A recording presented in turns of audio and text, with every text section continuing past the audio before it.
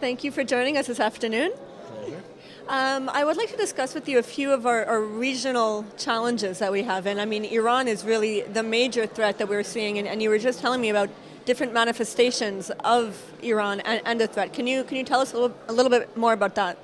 Yes, I think the Iranian threat, I think I can talk about 7 or 8 different manifestations of the threat. Let's go quickly through them. Some of them are really high on everybody's agenda right now, as you can see in headlines and things. So I would start, the first one is the fact that Iran is building an indigenous missile production and upgrade capability for Hezbollah in Lebanon. That I would put very high on the priority list. Second, I think also worrying is the new triangle, or the old new triangle being formed again between Iran, Hezbollah, and Hamas. Not only in Gaza, but in the north as well. That's 2. 3, the presence of Shiite militias and Hezbollah on the other side of the Golan border, of the border in the Golan Heights. That's yet another one.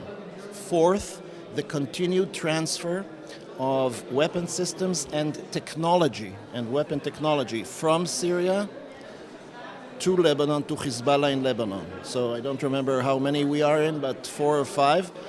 The next one is the fact that Iran is doing all it can to base itself, not only militarily, for sure militarily, but not only militarily, but also economically in Syria. And here, maybe another word, it's worthwhile to say one more word about this. You know, Syria is moving from war towards some kind of stabilization and maybe already thinking of reconstruction. Okay? I heard somewhere it's called a gray zone. We're moving into the gray zone. It's not war anymore exactly. It's not stabilized yet. That's very important because as we move towards reconstruction, there's also push and shove on who will get a piece of the pie. That's very interesting because the Iranians are interested. They think, you know, they contributed to Assad's return. They should enjoy a piece of the pie. But I think that as we move there, the differences in interests between Iran and Russia and even Iran and the Syrian regime, these differences are being, they become more clear. So that's very interesting what's happening. So we're moving from one chapter to the other. That's another thing. So we said Iran basing itself militarily and economically in Syria. And then another manifestation, and I think a very important one, is what's happening in eastern Syria. In eastern Syria. The eastern Syria and the Syrian-Iraqi border, in my opinion, in the last year or two have been, this was perhaps one of the most important strategic places in the Middle East. And I think even today it continues to be so because everyone understands that whoever controls the Syrian-Iraqi border can create the famous corridor or crescent that everybody's talking about. So we have seen in recent months a run on the Syrian-Iraqi border. All sides, everybody. I am happy to say that I understand that the Americans have a presence there. I personally think that American involvement, I'm not saying military, I'm very cautious. I will never suggest to the Americans to go militarily anywhere. That's their business. But I'm saying involvement, American involvement in the political processes taking place now around Syria and its future, and involvement in this arena, in my opinion, is critical. Because, in my opinion, what happens in Syria will have a huge effect on the strategic balance of the whole region and even beyond. And if I can touch on that strategic regional balance, you were speaking about how the Russians and the Iranians are now trying to rebuild Syria. Now, the Russian interest is not always going to jive well with the Iranian interests, but for now they're working together. Right. Do you see at any point when Russia is going to be enough is enough and they're going to push out the Iranians?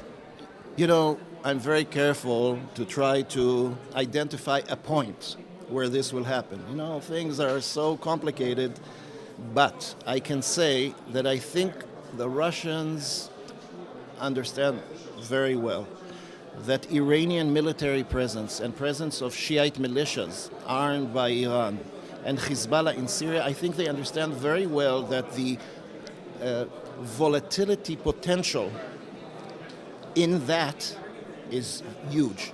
The potential for friction and escalation is huge. I think they understand it, and I believe that the Russians want to stabilize Syria. They want to stabilize their achievements in Syria. And if I'm right, and I hope I am right, then, and if this is true and they understand that the Iranian presence can actually create some kind of escalation and friction because it is unacceptable to other parties, then there is a chance that they will restrain the Iranians and even stop them from continuing to base themselves there. I'm hoping. And you were speaking before also about Lebanon and Iran building that indigenous missile factory in Lebanon. The Lebanese, we had an op-ed by the IDF spokesman, Ronen Menelis, telling them straight up what's what. Do you think that the Lebanese people will, at one point or another, say enough is enough to Hezbollah? Or do you think that because of how deeply rooted they are in the society itself, and not militarily, but as a society and culturally, do you think that's just, it's never going to go away? We're always going to have Hezbollah on our northern border? Let's put it this way. As you, I think, said, the Lebanese people are in a bind. Lebanon, in a certain way, and I don't mean to use cliches, but it's been kidnapped from under their feet by Hezbollah. Hezbollah is a state within a state, but it's also part of the state and so forth.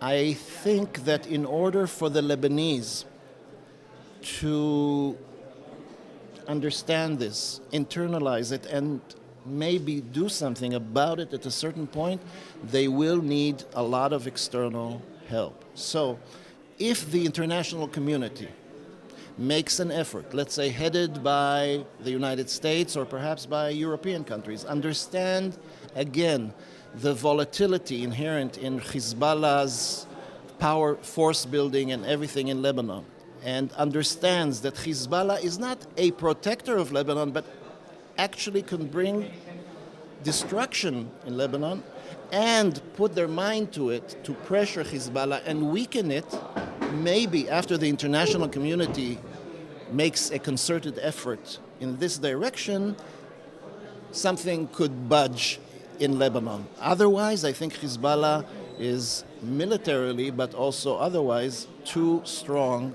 for anyone right now to take it on in Lebanon from inside. And if we can just touch a little bit about the Trump administration and its role in the Middle East. Yeah. It's different than the Obama administration. It's more, I guess you can say, pushy, and it's a totally different way for me to see how the Trump administration is reacting in the Middle East. Do you think that it's like he brought to the recognizing Jerusalem? It's completely different. Do you think that type of attitude in the Middle East will work for the Americans? It's very hard to tell, but I can say that there are several things that the Trump administration, in the Trump administration policy, that are very important to Israel. That I can say. I think the fact that they provide us with a safety net in the Security Council is huge for Israel. I think the fact that they hold the same positions on major foreign issues, on major regional issues. For example, their attitude towards Iran and Hezbollah, which we have just been speaking about, seeing Iran and Hezbollah as part of the problem and not as part of the solution, and sometimes was seen in the past, this is huge for Israel. I think their regional approach, their support for the pragmatic Arab countries is also important for Israel, because we really want to build that connection with the pragmatic Arab camp. So this is also very important. I think things also like their declaration that the Palestinian-Israeli conflict is not the root of all evil. I think that's a very important statement. And even Jerusalem, of course, as I think Mr. Greenblatt, Ambassador Mr. Greenblatt said yesterday here, listen, the United States recognized Jerusalem as the capital of Israel. I think it rectified a wrong of 70 years by doing that. Really, it's a fact on the ground. It's a both historical and present fact.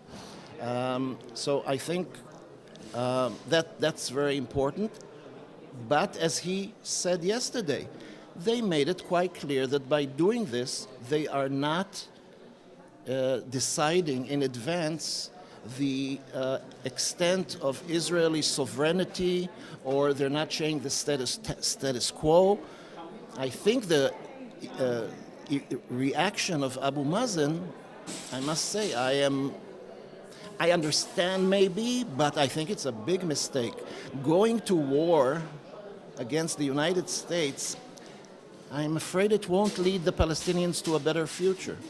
So he shot himself in the foot, per se, with that speech? I think so. Great. Thank you so much. All right. My pleasure. Thank you.